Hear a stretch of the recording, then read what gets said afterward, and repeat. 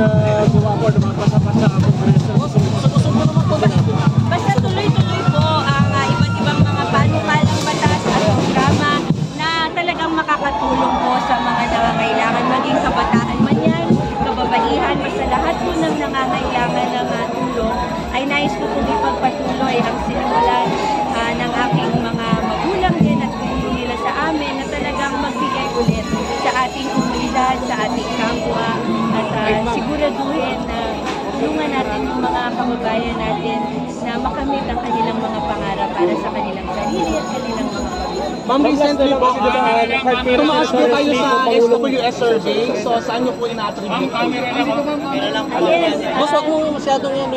nagpapasalamat po ako doon sa mga surveys na lumalabas, nakakataba po ng puso dahil pag umikikot po ako sa buong Pilipinas ay talagang mainit ang pagtanggap ng ating mga kababayan at excited na po ako na mas umikot pa para makilala sila at para malaman kung ano ba yung mga pangangailangan nila para yun ang susunod natin magpapalain.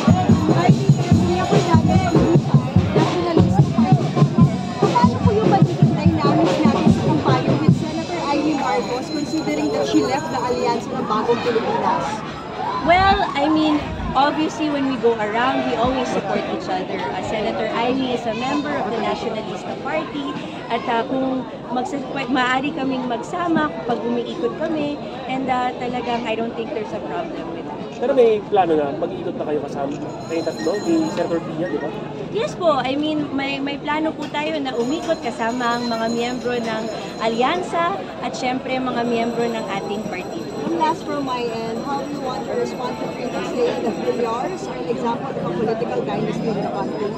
Para naman po sa akin, basta hinahalal po tayo ng ating mga kababayan, binibigyan tayo ng tiwala, dapat hindi natin sinasayang yan. So talagang taos-puso akong nagpapasalamat sa tiwala at suporta na ibinigay po ng ating mga kababayan sa aming pamilya at sisiguraduhin po, ibinilin po yan sa amin ng aming magulang na huwag silang i-disappoint at magtatrabaho po ako para matulungan po lahat ng nangangailangan kasi syempre those are the values na tinuro ng aming mga magulang sa amin. Magsipag, magtiyaga at tumulong sa mga nangangailangan and to help improve every Filipino's life.